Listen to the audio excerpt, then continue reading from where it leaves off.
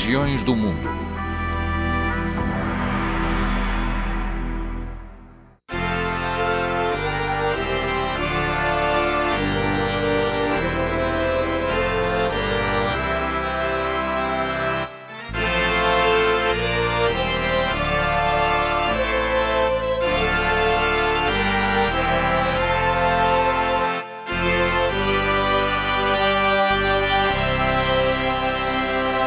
Protestantismo. Porque não me envergonho do Evangelho de Cristo, porque nele está o poder de Deus que salva todos aqueles que acreditam, primeiro os judeus, mas também os gregos. Porque no Evangelho está a probidade da revelação de Deus em todas as crenças. Como está escrito, os justos viverão pela fé. As it is written, the just shall live by faith. No século XVI, uma série dramática de protestos religiosos, sociais e políticos originou uma nova e influente forma de cristianismo. Depressa se tornou o terceiro grande ramo da mais importante religião da Europa, aparecendo como rival do catolicismo e da Igreja Ortodoxa.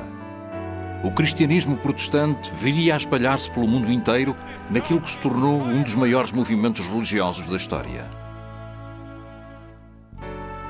Protestantismo, ou cristianismo protestante, deriva de protestação, o documento de protesto emitido em 1529 por 6 príncipes alemães, em representação das 14 cidades do sul da Alemanha.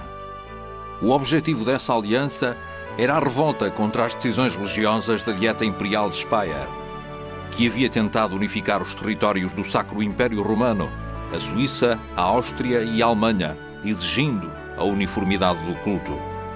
Os documentos declaram 2 princípios que estão na base do entendimento protestante do cristianismo.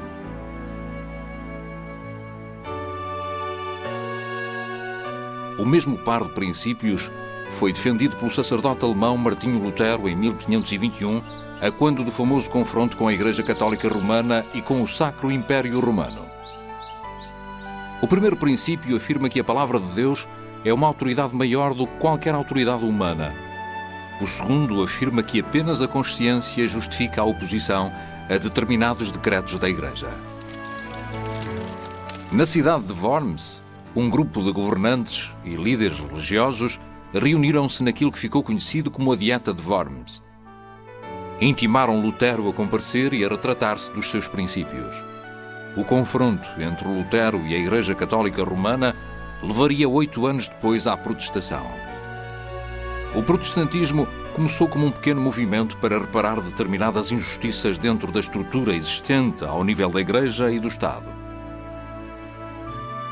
Mesmo depois de apelar à interpretação pessoal, em substituição da autoridade da Igreja, Lutero advertiu alguns dos seus seguidores mais radicais de que não poderia ser autorizada qualquer teologia. Em Speyer, os protestadores exigiam a liberdade de consciência religiosa, mas apenas como forma de defender o seu próprio entendimento do cristianismo. Havia 2 coisas no centro do protesto. Uma era a confiança na autoridade da Escritura. Essa compilação de textos da Antiguidade iluminava a forma como se via o mundo. O segundo tema no coração do movimento protestante era a convicção de que somos perdoados, mesmo que não mereçamos o perdão. O homem não ganha a salvação. Ela é-lhe oferecida livremente, como se fosse uma dádiva. Estamos preparados para ser aquilo que somos.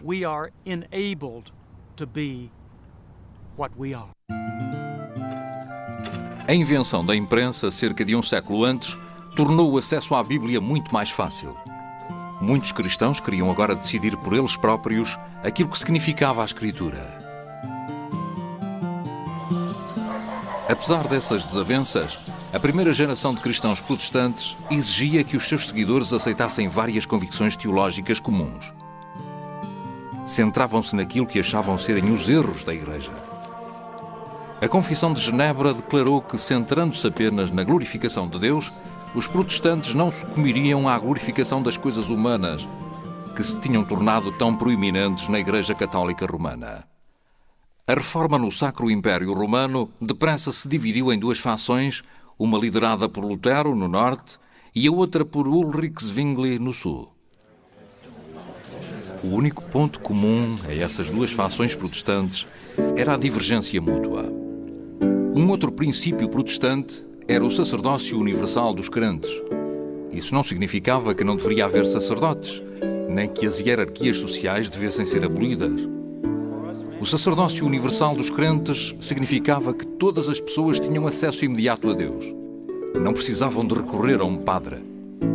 Lutero fez uma afirmação semelhante ao proclamar que todos os cristãos eram sacerdotes. Assim, cada indivíduo tinha o direito e até a obrigação de se preocupar com aquilo que estava certo ou errado na sua fé.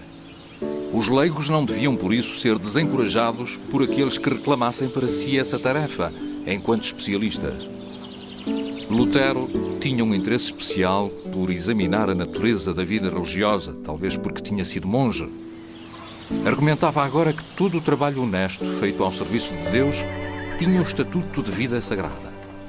Isso também significava que todas as vocações eram iguais aos olhos de Deus.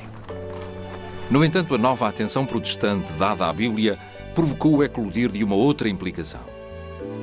A Bíblia tinha sido traduzida nas línguas do povo e impressa e distribuída para ser lida e interpretada. Os protestantes referiam-se à Bíblia como a fonte e a autoridade da fé e viam-na como um livro para o povo, o centro da devoção pessoal e coletiva no culto. Mas havia um problema.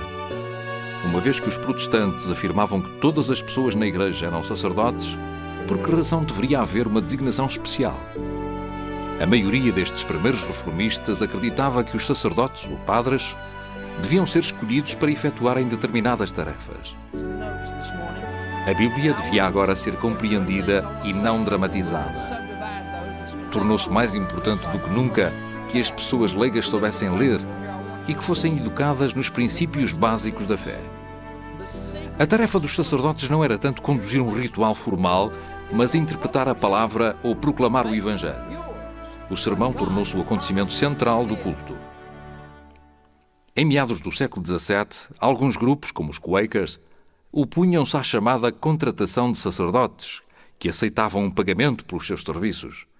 Queixavam-se de que isso separava os sacerdotes da comunidade de leigos. Depois das lutas, dos conflitos e dos debates das primeiras décadas da Reforma, emergiram 4 formas institucionais distintas de protestantismo. São elas os movimentos luterano, reformista, radical e anglicano. Estes movimentos protestantes apareceram primeiro na Europa e depois na América e noutras partes do mundo. O primeiro dos movimentos protestantes foi a tradição luterana. O luteranismo começou quando o sacerdote católico Martinho Lutero, em 1517, afixou às portas da igreja de Wittenberg, na Alemanha, uma lista de 95 teses. Lutero partiu da sua própria experiência tortuosa para chegar a um novo entendimento da fé. Ele insistia que nós, os humanos, não conseguimos ser justos por nós mesmos e que a justiça vem apenas de Deus pelo perdão dos pecados. Em relação ao culto, Lutero manteve mais elementos da tradicional missa católica do que outros grupos protestantes. Ele acreditava que alguns desses rituais representavam uma tradição antiga e honrada. No entanto, a doutrina católica da transubstanciação, segundo a qual, durante a comunhão, o pão e o vinho se transformam literalmente no corpo e no sangue de Cristo, foi substituída por Lutero por uma doutrina de presença real. Essa doutrina afirma que o pão e o vinho não são alterados metafisicamente, mas que Jesus está realmente presente durante a Eucaristia. Lutero baseou a sua tese na declaração feita por Jesus durante a última ceia, quando ele partiu o pão e disse: "Isto é o meu corpo." Lutero tomou em consideração os 2 sacramentos do batismo e da Eucaristia, mas os outros 5 sacramentos católicos, da confirmação, da penitência, da extrema-unção, da ordem e do matrimónio, ou foram abandonados ou reduzidos a um estatuto inferior abaixo do de sacramento. Lutero defendia que Jesus não os tinha instituído e que lhes faltava a promessa da graça. Baseado na mesma teoria, Lutero aboliu também os símbolos de devoção da Igreja Católica Romana incluindo o purgatório, a panóplia de santos e o tesouro da virtude. Ele achava que esses símbolos não tinham fundamentação bíblica. Ulrich Zwingli era um meticuloso sacerdote político. Patriota suíço empenhado, defendia os direitos do seu cantão contra as invasões de autoridades políticas e eclesiásticas externas. Quando Zwingli assumiu o cargo de pastor do Grande Ministério de Zurique, em 1519, chamou a atenção declarando que pregaria sempre a partir do Novo Testamento. Zwingli afirmava que iria testar toda a devoção religiosa apenas através da autoridade da Escritura. Isso levou a insurgir-se contra várias práticas católicas tradicionais, tais como o jejum, a oração aos santos, a doutrina do purgatório e a obrigação de pagar dízimos. O Concílio de Zurique obrigou a um confronto público entre Zwingli e os representantes do bispo. Nessa ocasião, Zwingli escreveu 67 artigos, vários deles subordinados ao tema da ausência de regras e restrições eclesiásticas. A variação de Zwingli acabaria por se tornar um modelo para as igrejas reformistas. Contrariamente à abordagem de Lutero, Zwingli afirmava que a igreja devia apenas fazer o que é descrito nas Escrituras. Não podia simplesmente ignorar o que era condenado. Diversas igrejas reformistas aplicaram de várias maneiras esse princípio mais rigoroso, mas no final eliminaram muito mais aspectos da liturgia católica tradicional do que os luteranos. Antes da Reforma, a arte era muito importante nas igrejas. Muitas pessoas não conseguiam perceber a linguagem das cerimónias religiosas, então sentavam-se no santuário sem realmente perceber o que se estava a passar e não participavam no serviço. Mas podiam admirar a arte, podiam olhar para os vitrais, para as pinturas e para as estátuas, que se tornaram muito importantes para essas pessoas. Infelizmente, houve uma altura em que a arte se tornou mais importante do que o acontecimento que representava. Esse foi um dos aspectos da Reforma. Queriam evitar o facto de se adorar a obra de arte e não o seu tema. Infelizmente, muitas obras de arte maravilhosas foram destruídas durante a Reforma. Houve quem argumentasse que a única maneira de evitar o problema era destruir todas as obras de arte. Foi a parte mais triste. A tradição reformista também procurou encontrar um modelo bíblico apropriado para organizar o governo da Igreja. João Calvino, um sacerdote francês de Genebra, encontrou o seu modelo numa hierarquia dividida em 4, que ele afirmava ter sido instituída por Jesus. As 4 ordens eram os pastores, os doutores, ou aquilo a que chamaríamos professores, os anciãos e os diáconos. Muitas diferenças teológicas impediram os luteranos e a comunidade reformista de cooperarem mutuamente sob a tutela comum do protestantismo. A maior divergência estava na Eucaristia. Zwingli achava que o conceito de Lutero da presença real estava ainda demasiado próximo da doutrina católica da transubstanciação. Argumentava que o pão e o vinho significavam ou representavam o corpo e o sangue de Cristo e que a comunhão era assim um memorial daquilo que Cristo tinha feito.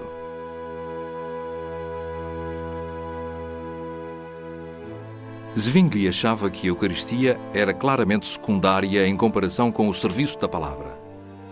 Ele sugeria que deveria ser celebrada apenas trimestralmente, opondo-se assim ao desejo de Lutero de manter juntos a palavra e o sacramento.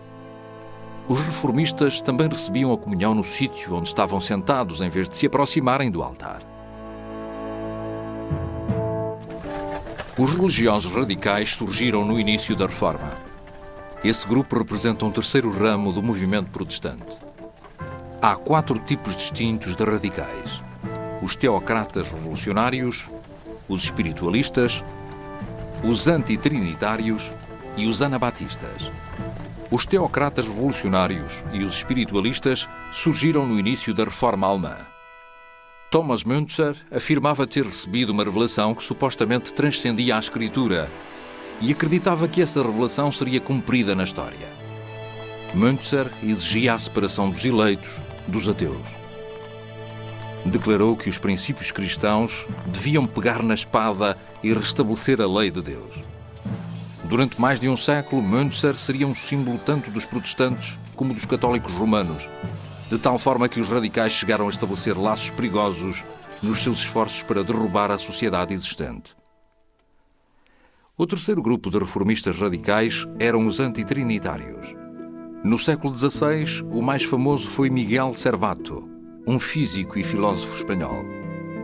Preso em Genebra em 1553 pelas autoridades civis, Servato foi julgado por heresia e condenado à morte. A sua execução foi importante para o auto-entendimento dos protestantes, conduzindo a um debate sobre a essência da fé. A sua execução produziu também uma liberdade religiosa defensiva que se revelaria crucial para os futuros protestantes. Calvino participou na condenação de Servato à fogueira e para ele a sua execução foi o triunfo da verdade sobre a heresia.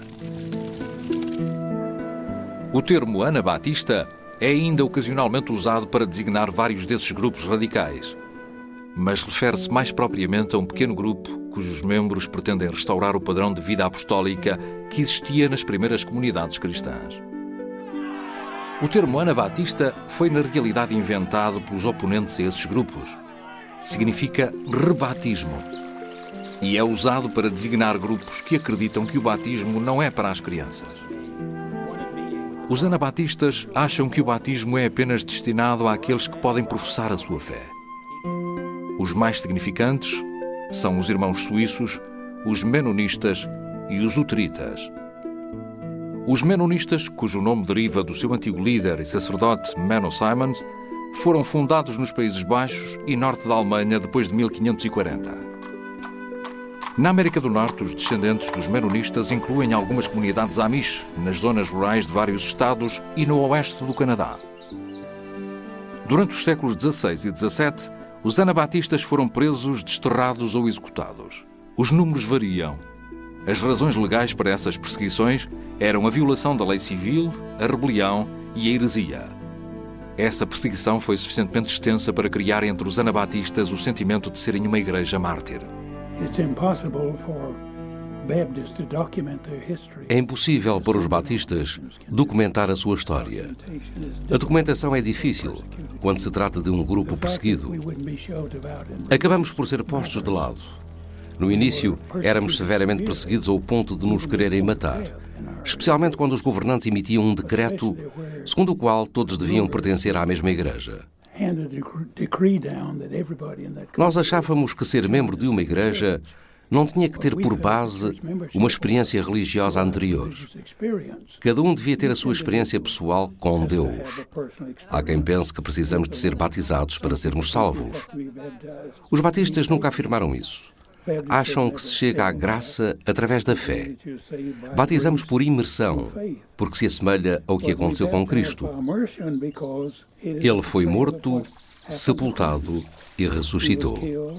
O batismo vem depois da conversão, não é parte dela. É a representação do que aconteceu. Graças à fé do indivíduo em Cristo, a sua antiga vida de pecado é enterrada e o batismo ressuscita-o para uma nova vida em Jesus Cristo. A Inglaterra foi um país católico durante mais de 1000 anos. Em 1509, subiu ao trono Henrique VIII. Casou-se com Catarina de Aragão, mas não foram capazes de ter um herdeiro varão. Por volta de 1527, Henrique decidiu que o casamento devia ser dissolvido, mas o Papa recusou conceder-lhe a anulação. Em 1534, o Parlamento inglês emitiu o Ato de Supremacia, que proclamava o rei Henrique VIII como chefe supremo da Igreja da Inglaterra. Houve quem visse essa legislação como o início do protestantismo em Inglaterra. Outros viam a Igreja Anglicana como a continuação da Igreja Católica, mas agora enquanto Igreja Inglesa com uma autoridade local, o rei. No século XVI, pretendia-se que a Igreja da Inglaterra fosse uma igreja verdadeiramente nacional. Devia ser a Igreja em Inglaterra, não necessariamente uma comunidade religiosa em separado, mas a Igreja de todo o povo. De certa forma, era o desenvolvimento lógico do que estava a acontecer na Europa nessa altura. Surgiam os Estados-nação e não estavam satisfeitos com um poder internacional como o pontificado. A partir do século XIV, em França, na Itália, na Alemanha e em Espanha, todos afirmavam permanecer fiéis à teologia da Igreja Católica Romana, mas exigiam o controlo da sua própria Igreja. Era o desejo de Henrique VIII. Para aqueles que viam nisso a continuação da Igreja Católica, a Igreja de Inglaterra tornava-se agora um meio caminho entre o protestantismo e o catolicismo romano. O protestante Thomas Cranmer ajudou a resolver o problema conjugal de Henrique VIII, propondo que o assunto fosse apresentado não ao Papa, mas aos teólogos e universitários. O primeiro livro de orações habituais, publicado em 1549 e revisto em 1552, tinha sido em grande parte obra de Thomas Cranmer. Este é o livro de 1549, o primeiro livro de orações habituais de Cranmer. A sua importância reside no facto de se ter aproveitado grande parte da beleza da liturgia católica do período medieval e de a ter traduzido para vernáculo de forma a torná-la acessível a todos. O anglicanismo sempre achou que o verdadeiro povo de Deus são os leigos, os batizados. São tão importantes como os clérigos ou como os bispos. E agora, todos podiam participar no culto graças ao trabalho de Cranmer. Em 1533, Cranmer tornou-se arcebispo de Cantuária. Em 1553, o catolicismo foi restaurado em Inglaterra quando Maria Tudor, a filha católica de Catarina de Aragão, se tornou rainha. Cranmer foi queimado vivo, juntamente com umas centenas de protestantes heréticos. Outros protestantes fugiram para o continente europeu, principalmente para cidades protestantes como Estrasburgo, Frankfurt e Genebra. Quando Mary faleceu, em 1558, Isabel subiu ao trono de Inglaterra. Era filha de Ana Bolena, a segunda mulher de Henrique VIII.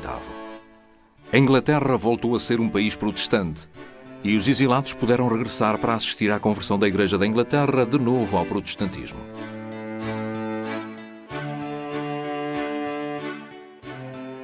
Entre os dissidentes do modelo anglicano estava um grupo a quem chamavam puritanos. O puritanismo nascera, em parte, de uma disputa sobre o governo da Igreja. Uma disputa inicial envolvia o uso contínuo de paramentos ou casulas usados pelos sacerdotes nos serviços religiosos.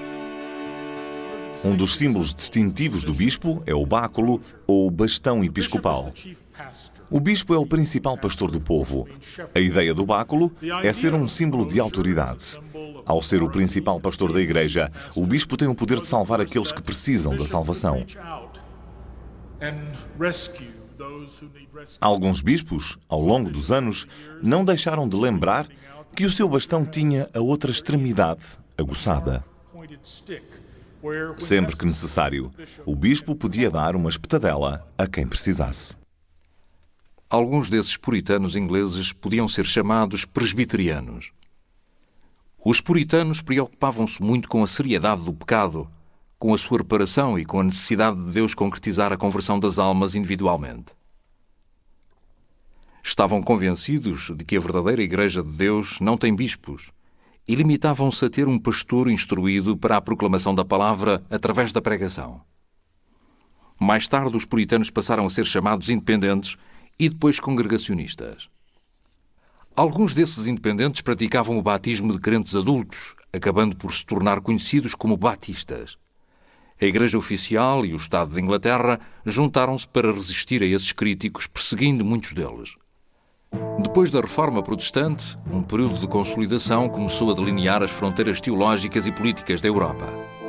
Em 1555, a Paz de Augsburgo pôs fim à guerra entre os exércitos luterano e católico do Sacro Imperador Romano Carlos V. Isso possibilitou que cada um dos governantes dentro do Império determinasse se o seu território seria luterano ou católico. Não era permitida nenhuma outra religião.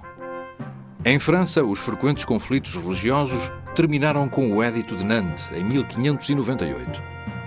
Esse édito concedeu um determinado grau de liberdade religiosa aos protestantes franceses, chamados huguenotes, mas foi abandonado quase um século depois.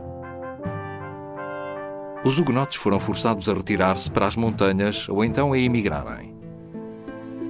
No começo do século XVII, o rei Jaime VI da Escócia tornou-se Jaime I de Inglaterra e organizou uma conferência para resolver as disputas entre os bispos anglicanos e os reformistas.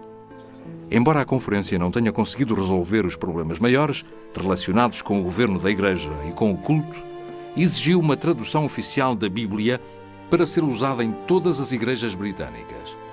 A chamada versão autorizada da Bíblia, mais conhecida como King James Version, apareceu em 1611. No século XVII, a Guerra dos 30 Anos decorreu nos territórios do Sacro Império Romano, terminando com a Paz de Westfália em 1648. O Império reconhecia agora as igrejas reformistas, além da católica e da luterana.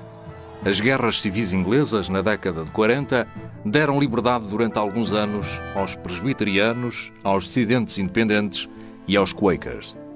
Fundados por George Fox, no final da década de 1640 e conhecidos como Sociedade dos Amigos entre os seus membros, os Quakers levaram a cabo várias condenações que foram consideradas demasiado radicais pelo resto da sociedade. Os Quakers defendiam que as práticas protestantes tradicionais, como o culto, o batismo e a Eucaristia, eram externas e deviam ser rejeitadas. Não autorizavam nenhuma hierarquia especial de ministros e, devido a isso, as mulheres chegaram a ter mais autoridade na sua comunidade do que em quaisquer outros grupos protestantes. Acreditavam na revelação imediata através do trabalho espiritual e da vida das pessoas crentes e viam a revelação bíblica como uma norma claramente secundária. Podia-se chegar a essa revelação através da luz interior que mostra Deus a todas as pessoas. As pessoas entram uma de cada vez ou com as famílias e sentam-se em silêncio. Este silêncio continua durante cerca de 1 hora, dependendo do que se está a passar e da forma como as pessoas se sentem. A ideia de que Deus habita em todas as pessoas começou com os Quakers. Tudo deriva desse conceito, incluindo a revelação contínua e a procura da verdade. Eu só me levanto e quebro o silêncio quando o meu coração se manifesta. Sei que tenho algo mesmo a dizer, mas frequentemente parece que há um espírito a mover-se entre nós. No decurso do século XVII, alguns protestantes reformistas e luteranos começaram a queixar-se do caráter da fé e da vida religiosa que tinha emergido dos esforços mútuos para definir a ortodoxia. Esses críticos foram chamados pietistas. O pietismo causou na prática uma grande atividade, inclusive em questões sociais como a educação, a ajuda aos pobres, a abolição da escravatura e a luta contra o alcoolismo. A experiência religiosa inglesa terminou em 1660, quando a monarquia foi restaurada com a subida ao trono de Carlos II e a religião anglicana foi rapidamente restabelecida. Os protestantes fora da Igreja da Inglaterra tornaram-se oficialmente conhecidos como dissidentes, e o Ato de Tolerância de 1689 permitiu que mantivessem os seus serviços de culto. A Renascença evangélica decorreu em circunstâncias relativamente diferentes na Europa continental, na Grã-Bretanha e nas suas colónias americanas. Um historiador identificou 4 características do evangelismo. Primeiro, o seu interesse na conversão ao cristianismo, baseado na tese de que as vidas precisam de ser mudadas. Segundo, a mensagem do Evangelho é expressa tanto no esforço pessoal como no social. Terceiro, também se respeita bastante a Bíblia. E por último, a forma como a religião evangélica encara o perdão dos pecados salienta que não é suficiente venerar Jesus como um líder espiritual. Os evangelistas proclamam que Jesus veio como Salvador, deixando de se sacrificar na cruz para expiar os pecados da humanidade inteira. Uma das formas mais importantes do cristianismo evangélico, no século XVIII, era o movimento metodista, fundado e liderado pelo sacerdote anglicano John Wesley. O entendimento do Wesley da mensagem cristã e da missão dos cristãos refletia os ideais pietistas em vários aspectos. O movimento metodista pretendia renovar as instituições existentes em vez de estabelecer uma nova instituição religiosa. Centrava-se nos leigos e salientava o crescimento na santidade mais do que na retitude teológica. Para Wesley, o centro do cristianismo é o amor a Deus e o amor ao próximo. A sua principal preocupação não era o entendimento intelectual da fé, na medida em que vivia essa fé exteriormente na vida das pessoas. Mas em vários aspectos, Wesley foi mais longe do que tinham ido os pietistas um século antes. acreditava que cada ser humano tinha um papel na sua salvação. Isso significava que se opunha à doutrina da predestinação. Na questão da graça de Deus ser oferecida só a alguns ou a todos, Wesley lançou um desafio aos calvinistas.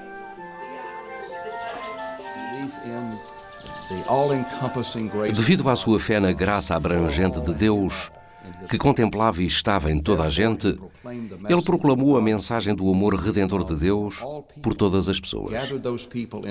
Juntou as pessoas em pequenos grupos, educou-as na fé e depois mandou-as para a América para continuar o movimento. Não tinha intenção de começar uma nova igreja. Estava apenas interessado em proclamar a santidade das Escrituras por todo o mundo. A pintura consagrada a Cristo foi feita com tanta pesquisa que é como se pudéssemos olhar para o final do século XVIII e ver John Wesley a mandar Thomas Coate para a América. A pesquisa é tão completa que até o Sol está na sua posição correta. As nuvens estão bem para aquela altura do ano e o nível das águas está correto. Felizmente, o pintor pôde ir até a Inglaterra, observar esta área particular, estudá-la e depois retratá-la ao pormenor. Wesley formou pequenos grupos organizados de acordo com o sexo e o estado civil.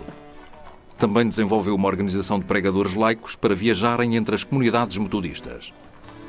John Wesley morreu em 1791.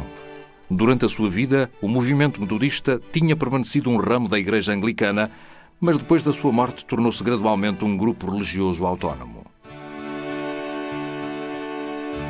O típico culto protestante incluía a leitura da Bíblia, orações, sermões e cânticos feitos por toda a comunidade.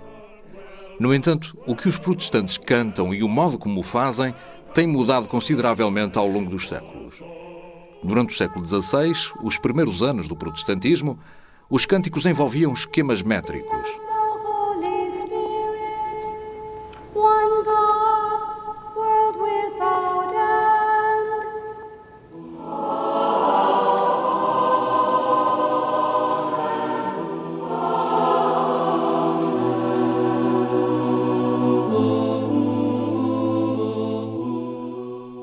Os primeiros protestantes argumentavam que a glorificação cristã só podia usar a palavra de Deus. Diziam então que os salmos eram o livro de hinos dos cristãos. Mas além dos hinos clássicos aí encontrados, também se podiam fazer múltiplas variações dos antigos textos dos salmos. John Wesley ficou impressionado com o poder da música de comover os ouvintes e estimular os seus sentimentos. Os movimentos metodistas tiraram o máximo partido disso mesmo. Wesley recomendou a construção de capelas octogonais porque a sua acústica era adequada para a pregação e para a música. John Wesley também estava perfeitamente consciente de que muita música, ou música inapropriada, podia afastar as pessoas da correta intenção espiritual. Propôs então que só os livros de hinos e melodias autorizados fossem usados em encontros metodistas. O irmão do Wesley, Charles, compôs milhares de versos metodistas sobre diversos temas. Para se saber bem em que acreditam os metodistas, basta ler e cantar os hinos de Charles Wesley. A teologia que se canta é uma teologia que tem impacto sobre as pessoas e sobre a sociedade. Os mais conhecidos por todos os cristãos são provavelmente Escutai o Cântico dos Anjos, Cristo o Senhor ressuscitou, 4.000 vozes a cantar e o amor divino excede todos os amores. É este tipo de palavras nos hinos que entra na alma das pessoas e as reúne numa só sociedade. A hinologia protestante floresceu no século XIX. Eram os hinos e os cânticos que mantinham as sedes de organizações voluntárias, como sociedades missionárias e associações contra o alcoolismo. Foi a hinologia que deu forma a acontecimentos particulares, como o ressurgimento dos serviços. As convicções básicas de uma comunidade religiosa também podiam ser reforçadas e lembradas nesse tipo de música, que por sua vez podia ser revista para se adequar a diferentes cenários. A Igreja Anglicana dominava as primeiras colónias americanas no século XVII, na Virgínia. Como teremos oportunidade de ver mais tarde, o anglicanismo também viria a dominar as últimas colónias estabelecidas no Sul. Nas colónias do centro, os colonizadores em Nova York e New Jersey Eram, na sua grande maioria, reformistas holandeses e presbiterianos escoceses e irlandeses. Os Quakers instalaram-se na Pensilvânia. Essa mistura originou uma maior variedade religiosa nas colónias do centro da América do que nas restantes. No norte, os colonizadores puritanos eram uma variante intermédia. Não eram nem sectários nem episcopais, mas sim uma coleção de congregações independentes cujos membros governavam a comunidade. Instalaram-se na Nova Inglaterra na esperança de fundarem uma experiência sagrada que seria a luz das nações. A conversão ao puritanismo incluía uma série de fases pelas quais as pessoas tinham de ir passando. No entanto, a Nova Inglaterra foi palco imediato de desafios e ataques à fé dos puritanos. Roger Williams, um sacerdote puritano, opôs-se à mistura da autoridade civil com a autoridade religiosa na colónia de Massachusetts. Williams foi expulso, dando novas bases religiosas à colónia de Rhode Island. Anne Hutchinson acusava os pastores puritanos de fazerem das ações humanas uma parte do processo de conversão. As suas acusações infiltraram-se duramente no seio da teologia puritana. Hutchinson foi julgada pelos pastores e também ela foi exilada. Mais tarde, os Quakers vieram para a colónia de Massachusetts para pregar sobre as ações do Espírito Santo e para defender a tolerância dos credos dissidentes. Também eles foram expulsos. Alguns deles regressaram a Massachusetts, mas, sob uma segunda acusação, foram presos ou enforcados. Em 1742, o pastor congregacionista da igreja de Northampton, Jonathan Edwards, escreveu sobre aquilo que as pessoas designavam por um grande despertar nas colónias. Na América, o despertar religioso foi de certa forma semelhante aos desenvolvimentos verificados na Europa. Contudo, foi tão dramático que Edwards tinha razões para pensar que Deus estava a fazer algo de muito especial naquele país. A renascença religiosa centrava-se agora em converter as pessoas estranhas à igreja e em separá-las das que não tinham sido convertidas. Sentimentos fortes nesse género de assuntos dividiram os presbiterianos, formando a chamada nova ala, que defendia o despertar religioso e os seus antigos oponentes. Essa divisão presbiteriana durou cerca de 20 anos. No final, um grande despertar religioso revelou-se um dos movimentos mais influentes da história americana. No século XVIII, o sul da América incluía apenas as colónias da Virgínia, da Carolina do Norte, da Carolina do Sul e da Geórgia. Todas, à exceção da Virgínia, estavam escassamente povoadas. Mas as tradições que haviam começado no sul acabaram por ter um impacto dramático no protestantismo americano.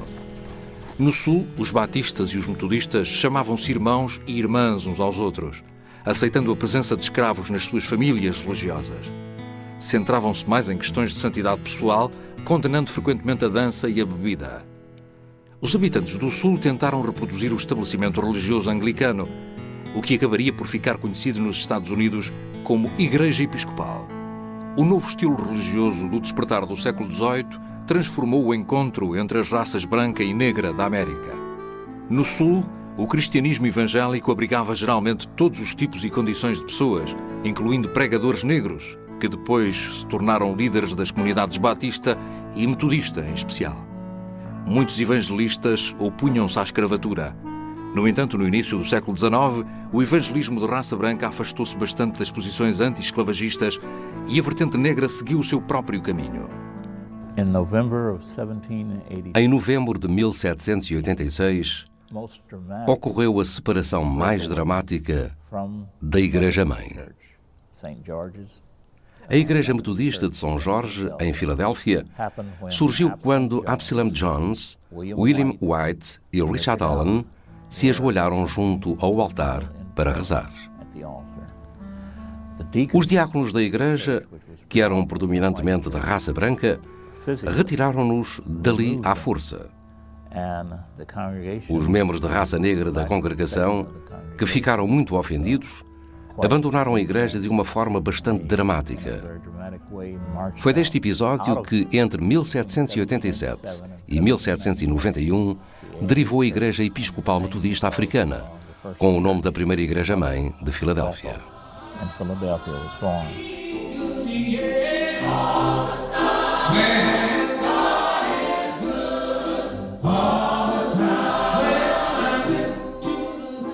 O O novo estilo religioso do século XIX baseava-se grandemente em valores democráticos, algo que os batistas e os metodistas defendiam em abundância. Exigiam entusiasmo dos seus pastores, mais do que educação, e encorajavam ativamente a participação laica em todos os aspectos do seu trabalho, incluindo a pregação. Os pregadores itinerantes adaptavam-se particularmente bem à fronteira ocidental em expansão. E a ênfase metodista e batista no livre-arbítrio, em vez da predestinação, adaptava-se ao espírito da nação. Esse cenário tornou-se a fundação de uma nova onda de renascimentos nas primeiras 3 décadas do século XIX. A energia espiritual desses renascimentos gerou novas comunidades protestantes como a Igreja Presbiteriana de Cumberland e a Igreja Cristã dos Discípulos de Cristo. Parte do fenómeno que varria o Kentucky na altura foi o segundo grande despertar e particularmente o grande renascimento de Cane Ridge em agosto de 1801. Acabou sendo o maior e mais importante de todos os renascimentos religiosos. Havia pessoas crentes e não crentes. Curiosamente, aconteceu algo que ainda hoje é difícil de entender.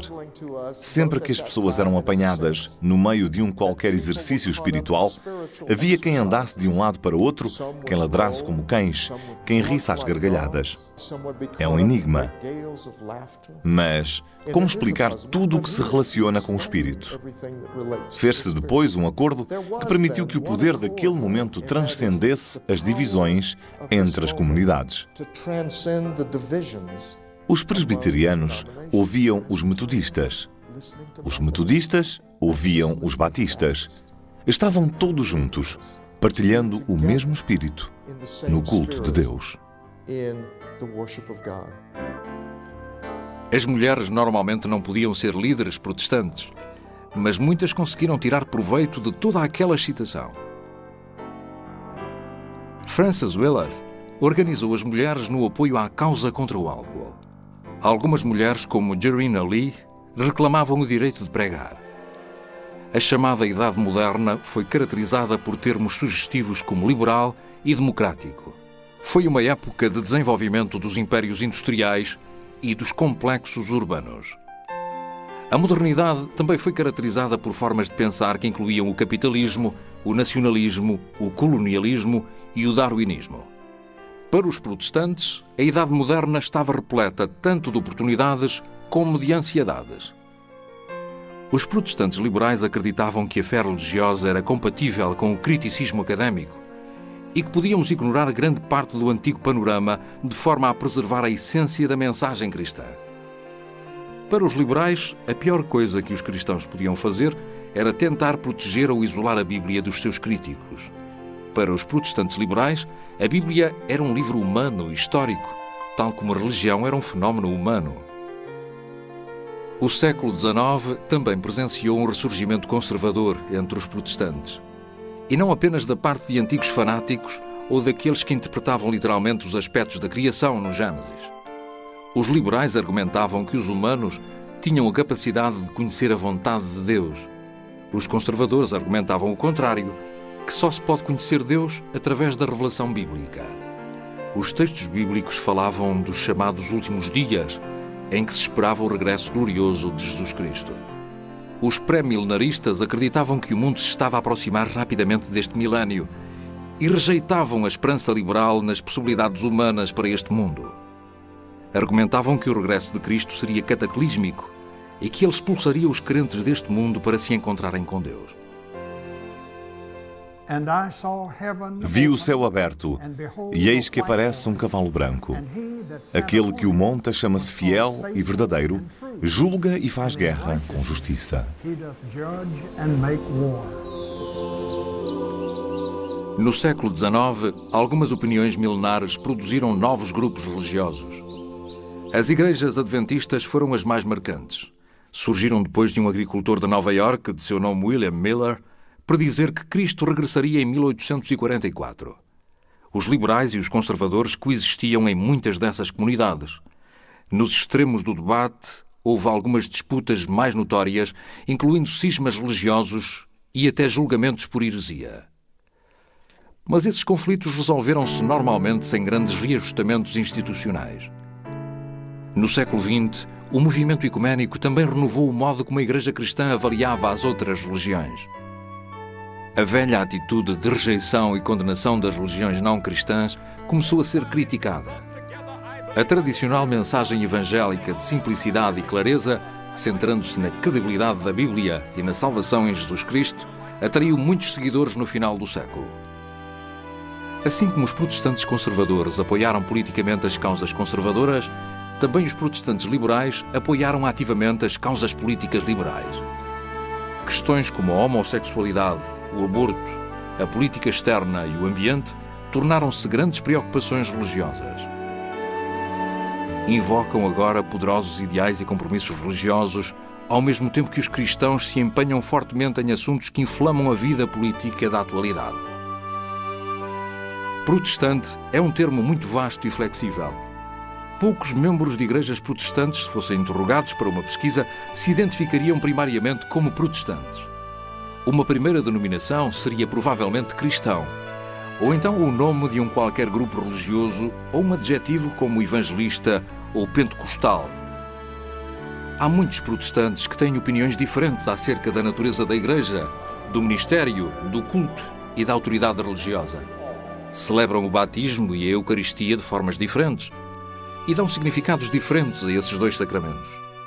E apesar da diversidade das ideias protestantes e da volatilidade que isso traz, os compromissos fundamentais do protestantismo continuam a dar significado e vitalidade a essa grande manifestação internacional da religião cristã.